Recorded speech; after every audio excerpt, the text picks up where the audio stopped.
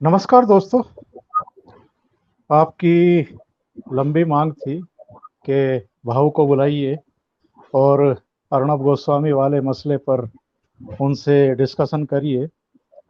भाऊ की तबीयत थोड़ी ठीक नहीं थी पिछले करीब एक हफ्ते से 10 दिन से, और अभी भी पूरी तरह स्वस्थ नहीं है, लेकिन आप लोगों का प्रेशर इतना ज़्यादा था। मेरे करीब करीब हर वीडियो पर आपकी तरफ से ये डिमांड हो रही थी। तो भाऊ, आपका बहुत स्वागत है। सबसे पहले तो आपके स्वास्थ्य की कामना करते हैं कि बहुत जल्दी स्वस्थ हों आप, जो ट्रीटमेंट चल रहा है। दूसरे, अर्णब गोस्वामी वाला जो मसला है, उसमें ये निकल करके सामने आ रहा है कि जो सर्वे कराने वाली एजेंसी है, टीआरपी का सर्वे कराने वाली एजेंसी है, उसने जो एफआईआर लॉन्च कराई थी वो तो मराठी के 2 चैनलों के खिलाफ थी और इंडिया टुडे के खिलाफ थी। तो ये अर्णब गोस्वामी कैसे पैदा हो गए? प्रेस कॉन्फ्रेंस में परमवीर सिंह ने अर्णब गोस्वामी पर क्यों निशाना साधा, उनके चैनल पर क्यों निशाना साधा, इंडिया टुडे का नाम तक नहीं लिया? वही तो है, मैं वही तो बोल रहा हूँ, पहले से बोल रहा हूँ कि ये खुद के लिए चक्रव्यूह बनाते हैं और उसमें फंस जाते। कम से कम जो एफआईआर आप कागज उड़ा के दिखा रहे हैं वो पढ़ो तो सही। इनको परमवीर चक्र देना चाहिए, इतना इनका पराक्रम है। मेरी समझ में नहीं आता कि बार बार इतनी गलतियां क्यों करते हैं गलतियां। लेकिन मैं इस तरफ ऐसे देखता हूँ कि ये तो पॉलिटिकल वेंडेटा है, ये कोई छोटा बच्चा भी बोल सकता है कि जी। इनको तो सुशांत के बारे में जो कैंपेन चला है अर्णब ने, तो उसमें इनको टारगेट किया था, महाराष्ट्र सरकार को किया था, पालघर में किया था। तो उससे गुस्सा है, लेकिन एक बात होती है, जब तुम सत्ता में होते हो तो ये सब सुनना पड़ता है, इसमें ईगो लाना नहीं चाहिए। आप काम ऐसा करो।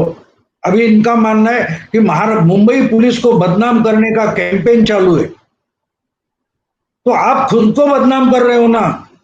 अब ऐसा क्या कमिश्नर है कि जिसको एफआईआर दिखाता है और उसमें क्या लिखा है वही मालूम नहीं है। जी। एक चैनल का नाम है, दूसरे का। अभी उसमें और एक बात देखिए आप, उन्होंने बोला, पहली बात तो है कि मैं तो मराठी हूं, फिर भी ये दो मराठी चैनल कौन से है ये मैंने सुना तक नहीं था। जी। यानी दोस्तों में, गांव में कहीं बोलते वक्त भी सुना नहीं था। ऐसे वक्त आप उनके पीछे पड़ गए और बाद में 3 चैनल बोलते हैं, नाम दो के बताते। तो 2 बार किसी रिपोर्टर ने पूछा तीसरे का नाम क्यों नहीं बता रहे, तो उन्होंने उन्होंने ऐसा किया कि फिर रिपब्लिक का नाम लिया। पहले तीनों जी। चैनल का नाम नहीं लिया, 2 ही चैनल का नाम बता रहे थे जो किसी ने सुने तक नहीं है। तो बात ऐसी है कि अगर आपको ये कम से कम एफआईआर पढ़ना चाहिए था। आप कोई ऑर्डिनरी हवलदार सिपाही नहीं है, आप कमिश्नर हो मुंबई के। तो ये ऐसा क्यों कर रहे हैं समझ में नहीं आ रहा, अपने को ही फंसा रहे। शायद उनके फोर्स में कुछ लोग ऐसे हैं कि वो कमिश्नर को फंसाना चाहते, मुझे मालूम नहीं। लेकिन बार बार इतनी टॉप पोस्ट का आदमी अपने ही करतूत में फंसेगा नहीं। या तो ये जानबूझकर कर रहे हैं या तो ये बुद्धू है। अब आप करेंगे क्या गलती, बोलो ना, नहीं कर सकते आप। जी। जो अभी एक और बात देखिए कि मुंबई का कमिश्नर जब कोई प्रेस कॉन्फ्रेंस लेता है कि हाँ भाई हमने दाऊद के भाई को पकड़ लिया है, हाँ भाई हमने एक कोई टेररिस्ट मॉडल था उसको पकड़ लिया, वो दिखाने के लिए कमिश्नर ये लेता है। ये ऐसी बात करने के लिए आपके पुलिस के प्रवक्ता हो या कमिश्नर हो, मेरी समझ में नहीं आया ये कि बड़े आश्चर्य का विषय है। ये पहली बात आप देखिए कि आप जिस पोस्ट पर हो वो ऐसी बातें नहीं करते, इस ढंग से प्रेस के सामने नहीं आते। ये बिल्कुल छोटी बात है, बिल्कुल छोटी बात है। तो क्यों करते हैं ये समझ में नहीं है। और भाऊ, एफआईआर में अर्णब गोस्वामी के चैनल का नाम भी नहीं है, इन्वेस्टिगेशन में भी उसका कोई नाम नहीं आया है। अब बहाना कर रहे हैं कि जो एक अभियुक्त गिरफ्तार हुआ है उसने रिपब्लिक का नाम लिया है, इसलिए हम रिपब्लिक को सम्मन जारी करेंगे पूछताछ के लिए। हम और उनके शायद खाते चेक हम उनके खाते चेक करेंगे। मेरा नाम भी उसको कोई ले सकता है, क्या बात। आप किसी को पकड़ेंगे और वो बोलता है कि ओमकार चौधरी भी है, भाऊ तोरसेकर भी है, तो आप हमारा भी, हम पर भी ये कर सकते हैं ना। ये कोई तरीका हुआ है क्या? एक बात आपको बोल दूं, ये जो है इसको मराठी में हम बालिश बोलते, बचकाना, तो जी अंग्रेजी में फुलिश बोलते। इस ढंग का एक करतूत है। आपको एक बात बता दूं, बहुत पुरानी है, आपको याद होगी। जी इंदिरा जी हारी थी 77 में, और हारने के बाद पूरी हारी थी, खुद हारी थी रायबरेली में, तो उन पर कुछ पुलिस कार्रवाई होनी चाहिए, ऐसा आग्रह जनता पार्टी के बहुत सारे लोग पकड़ के बैठे थे कि जी कुछ जी तो करो, इसको भी अंदर डालो इंदिरा को। तो मोरारजी देसाई प्राइम मिनिस्टर थे, वो बोले कि वो हारी है, लोगों ने उसको शिक्षा दी है, कांग्रेस को और इंदिरा जी को, और उसके लिए कुछ करना जरूरी नहीं है। जी कमीशन आयोग ने नियुक्त किया है, वो तो ढूंढ निकालेगा इनका क्या गुना है। लेकिन चरण सिंह होम मिनिस्टर थे, उन्होंने माना नहीं, और उनको अरेस्ट करने के लिए एक कोई ऐसा ही तैयार कर दिया। हाँ, जी और उसके लिए लॉ मिनिस्ट्री की क्लियरेंस चाहिए थी, तो जी चरण सिंह ने वो फाइल लॉ मिनिस्ट्री के पास जाने ही नहीं दी। शांति भूषण, प्रशांत भूषण के पिता लॉ मिनिस्टर थे, उनके पास जी फाइल जाने ही नहीं दी, और जाके इंदिरा गांधी को पुलिस टीम गई और चलो, इंदिरा जी ने फोन किया लोगों को और बोली मैं बाहर आके नीचे बैठ गई, बोली हथकड़ियां लगा के ही लेके जाओ। पूरा तमाशा बना दिया, पूरा तमाशा बना दिया।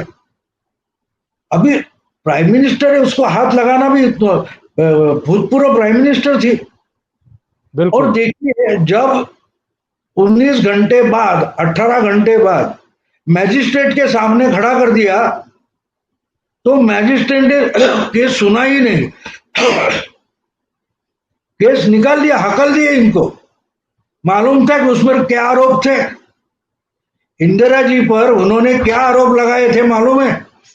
जी जो चरण सिंह ने इंदिरा जी को अरेस्ट करने का तमाशा किया, उसमें इसी ढंग के आरोप लगाए थे कि कोई किसी को बोल रहा है कि इधर बैरोमीटर है और उस पर रिपब्लिक चैनल को लगाओ, उसके मैं 200-500 रुपए देता हूं, इससे आप, और अगर रिपब्लिक चैनल पर कुछ कार्रवाई कर रहे हैं तो उसी ढंग की कार्रवाई थी। क्या मालूम है आपको? तीन तीन मुर्गियां चुराई इंदिरा जी ने, क्या आरोप है देखो। इंदिरा जी ने 3 मुर्गियां और कुछ कुछ ऐसा कुछ चुराया, ऐसा एफआईआर था। तो उधर बैठा हुआ आदमी है, जिसके हाथ में अधिकार आएगा, तो वो कैसा भी बर्ताव कर सकता है ना, कैसा भी बर्ताव कर सकता है। अब कोई बोलेगा कि हम महू तोरसेकर का ये देखते हैं या ओमकार चौधरी का वो देखते हैं, तो ओमकार चौधरी ने उसको पैसा दिया सके। अभी एक बात मुझे बोलिए, कॉमन सेंस, कॉमन सेंस, जी कि जो लोग बोलते हैं कि हमें महीने का 400-500 रुपए देते थे, पूरे दिन ये चैनल का 8 घंटे 4 घंटे लगा के रखो, तो उसका इलेक्ट्रिसिटी का बिल भी उसमें हो सकता है क्या? 24 घंटा आप घर में नहीं हो, फिर भी चलाते रखो।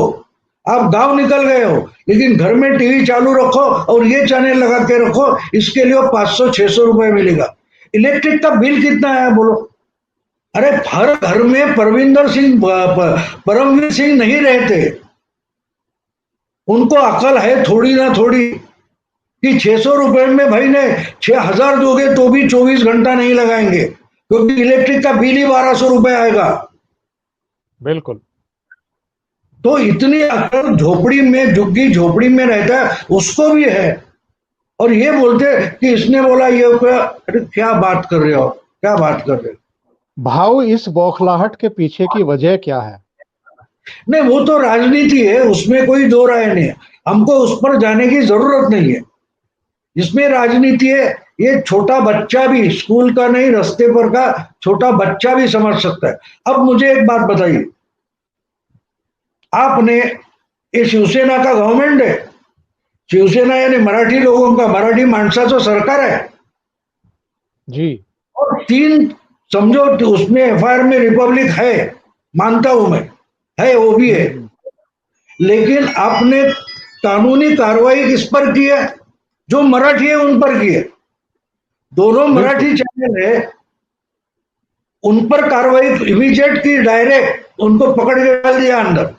और जो एक अंग्रेजी चैनल है जिसका मालिक असामी है, उसको शिवसेना की गवर्नमेंट और कमिश्नर हाथ नहीं लगाता। ये अजब मराठी अस्मिता हो गई। ये कहां की मराठी अस्मिता है, मुझे बोलिए। और बातें छोड़ दो, मुझे इसका लॉजिक बताओ कि आप अंग्रेजी चैनल और जिसका मालिक आसामी है, उसको डायरेक्टली कोई कठोर कार्रवाई नहीं कर रहे, लेकिन जो असल मराठी है, चैनल मराठी है, मालिक मराठी है, उनको अंदर डाल देते हो। इसका लॉजिक बताइए मुझे। और भाऊ, जिसका नाम एफआईआर में नहीं है उसका प्रेस कॉन्फ्रेंस में आप जिक्र कर रहे हो, जिसका नाम है उसका आप जिक्र तक नहीं कर रहे हो। इसका क्या मतलब है? आप इंडिया टुडे को क्यों बचाने की कोशिश कर रहे हो? नहीं, इंडिया टुडे का बचाने की छोड़ो, वो तो अरनाबाद कोर्ट में जाएगा और इन पर डिफेमेशन का सूट डाल सकता है वो, कि मेरे चैनल को इन्होंने बदनाम किया है बिना एफआईआर के। देखिए, एफआईआर होने के बाद बोलना अलग है, लेकिन जिस एफआईआर पर आप बोल रहे हो, उस एफआईआर में उसका नाम है नहीं, फिर भी आपने वो नाम लिया, पब्लिकली लिया, प्रेस कॉन्फ्रेंस में लिया, डायरेक्ट लाइव बड़े बहुत सारे चैनल पर चला गया, तो उसको, उसकी जो क्या बोलते हैं, उसके डिफेमेशन की कीमत वो बोल सकता है 100 करोड़ दे दो मुझे।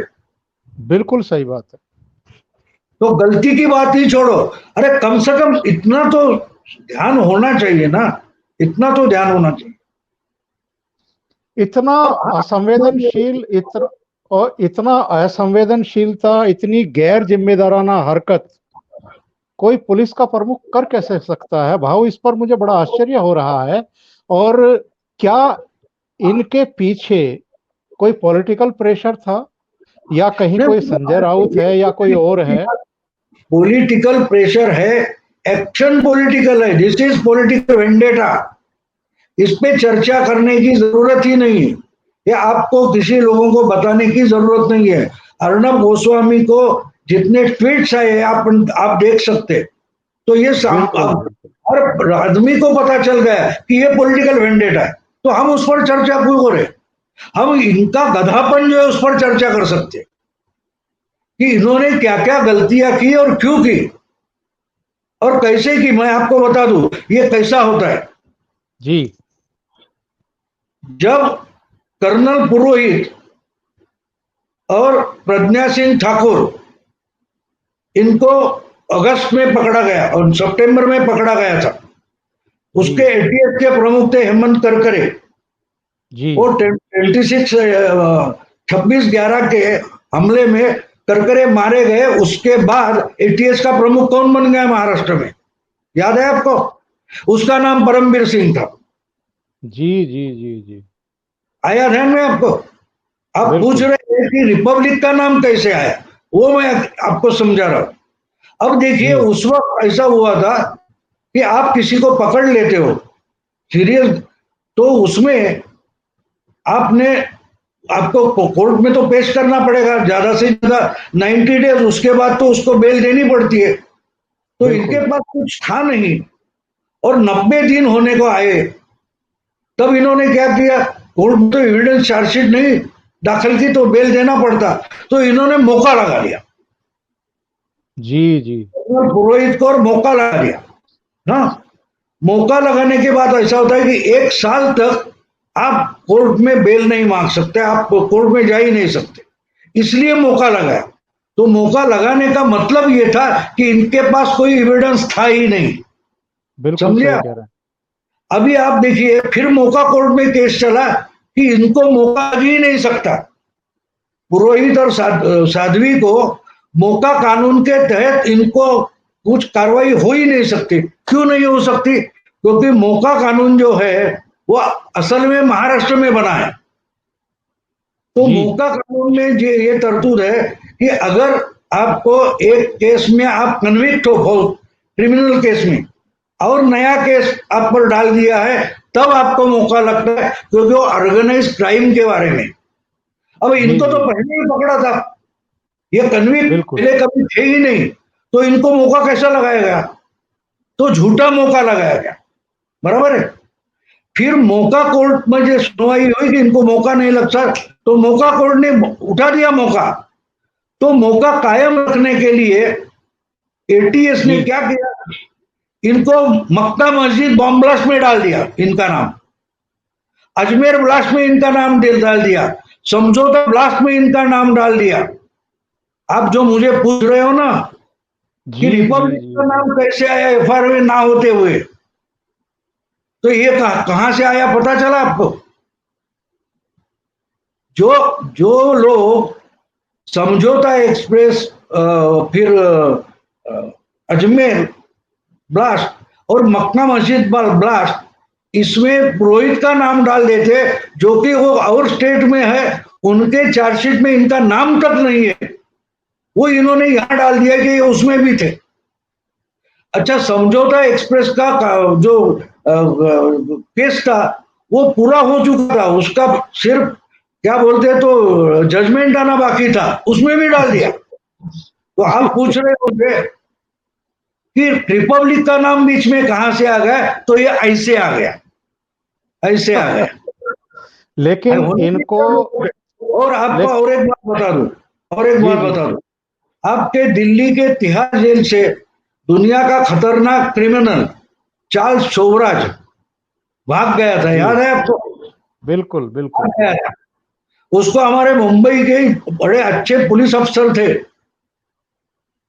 भेंडे भेंडे जी जी जी झेंडे झेंडे झेंडे नाम के बड़े काबिल मुंबई पुलिस के अफसर थे। उन्होंने उसको गोवा में पकड़ा जी, लेकिन वो भागा कहां से था? तिहाड़ जेल से भागा था।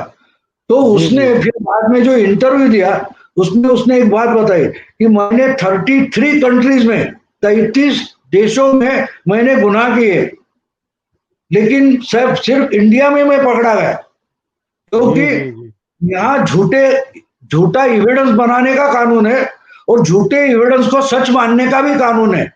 यहाँ की पुलिस कुछ भी कर सकती है। ये एक दुनिया का जाना माना कुख्यात क्रिमिनल बोल रहा है, तो रिपब्लिक क्या आपको और मुझे भी डाल सकते हैं, तो क्या बड़ी बात है। लेकिन इनको इस बात का अंदाजा नहीं है, इनके आकाओं को इस बात का अंदाजा नहीं है कि ऐसा करके इन्होंने अर्णब गोस्वामी को और हीरो बना दिया है। अर्णब गोस्वामी की टीआरपी तो कहीं की कहीं जाने वाली है इस घटना के बाद। बिल्कुल बिल्कुल बिल्कुल। इन्होंने उसको, अरे मोदी को इन्होंने बड़ा बना दिया, मोदी को इन्होंने बड़ा बना दिया। अभी आप मुझे एक बात और बताइए कि पालघर के मामले में अर्णब को पर एफआईआर 212 कुछ एफआईआर दर्ज हुए, फिर वो कोर्ट में गया, सुप्रीम कोर्ट गया, सुप्रीम कोर्ट ने बोला सबका मसूदा ही एक है, तो एक ही जगह उसकी इंक्वायरी करो जो करना है, और तो केस बात हो गई।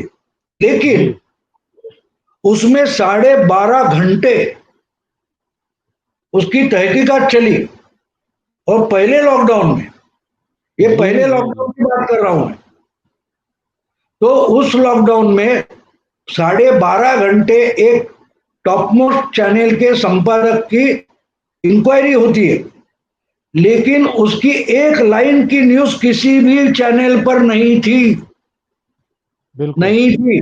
आपने देखिए कि भाई एक इतना बड़ा संपादक है, उसको ऐसा एफआईआर दर्ज किया और उस पर इंक्वायरी हो रही, 12 घंटे हो रही है, एक लाइन नहीं दी किसने। इसके बाद आप देखिए बीच में कहीं करजत में इनके एक रिपोर्टर कैमरामैन और ड्राइवर को उठा के 5 दिन अंदर डाल दिया था, उसकी न्यूज नहीं थी।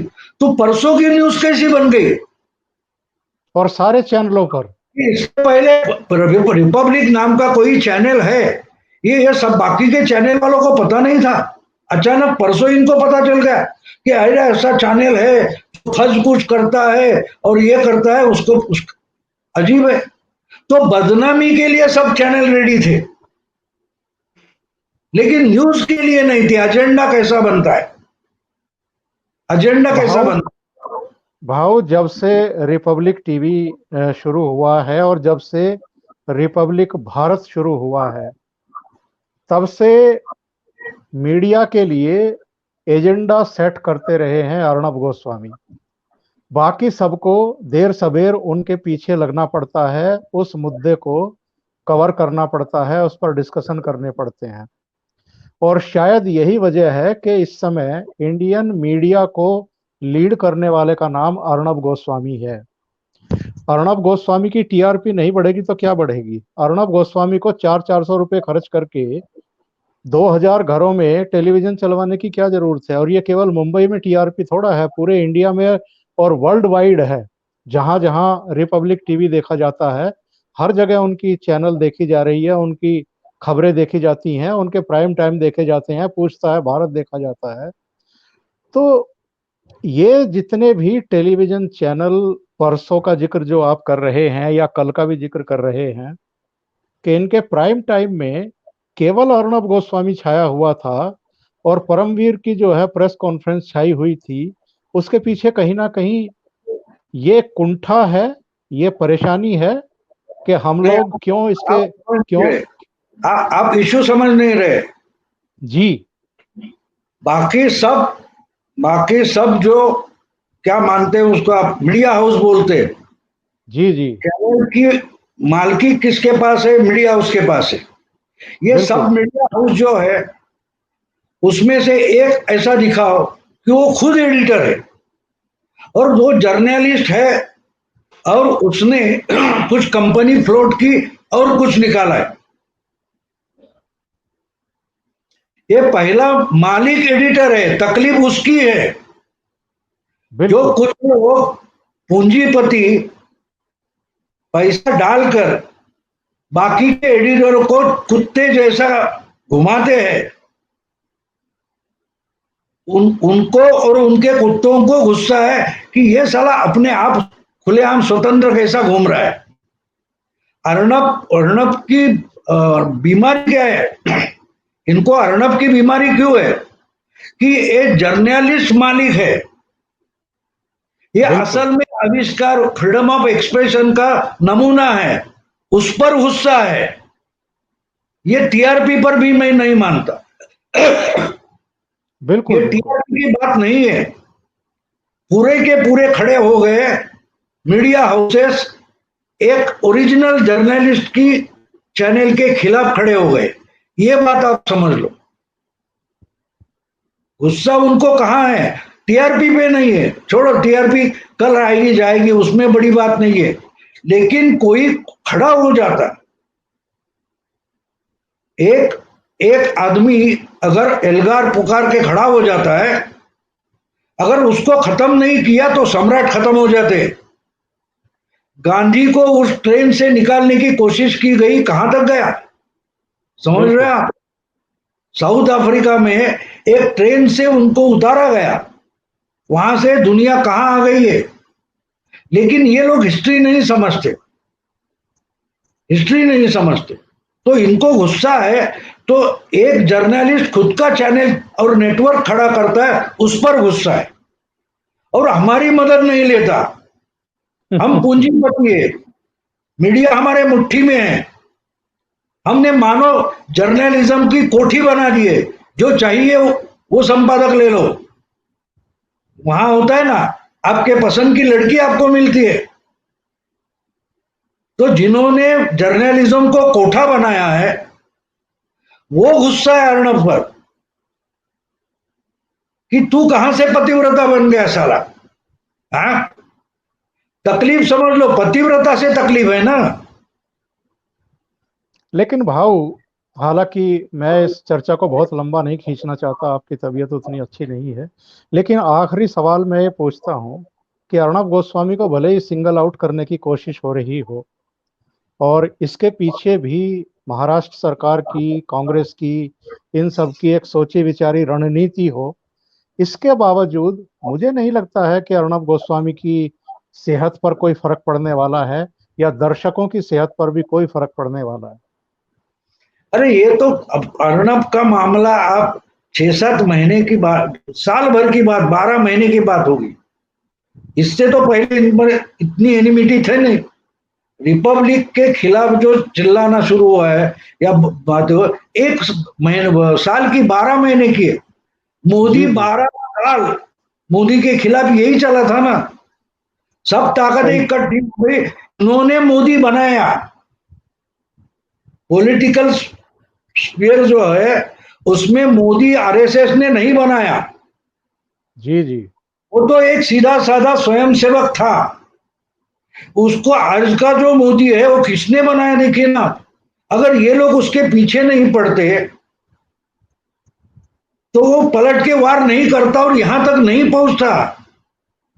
2002 के बाद अपने आप उस दंगे के बाद जो गवर्नमेंट थी वो शायद चलती भी नहीं, लेकिन खुद को डिफेंड करते करते मोदी कहां तक आ गए।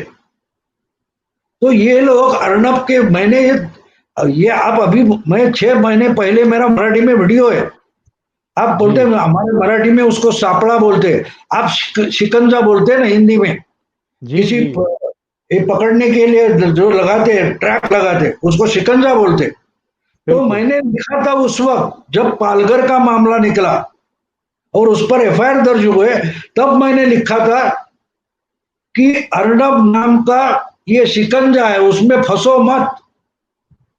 जी जी, अर्णब जो कुछ सोनिया के बारे में बोलेगा, उद्धव के बारे में, पवार के बारे में, कांग्रेस के बारे में, वो डेलिबरेटली कर रहा है कि आप उसके चाल करके आ जाओ, और ये चाल करके चले गए। अब एक बात समझिए आप कि मैंने एक ट्रैप लगाया और आप राजी खुशी से, शिकारी खुद यहां शिकार हो गया, समझे आप। जी जी, मैं अभी मेरे मराठी में देखो, प्रतिपक्ष में आपको अप्रैल के महीने में ये वीडियो मिलेगा, वो भी वायरल हुआ था। ये अर्णब नावाचा सापड़ा, ये मैंने बोला था, और देखिए कहां तक आ गया।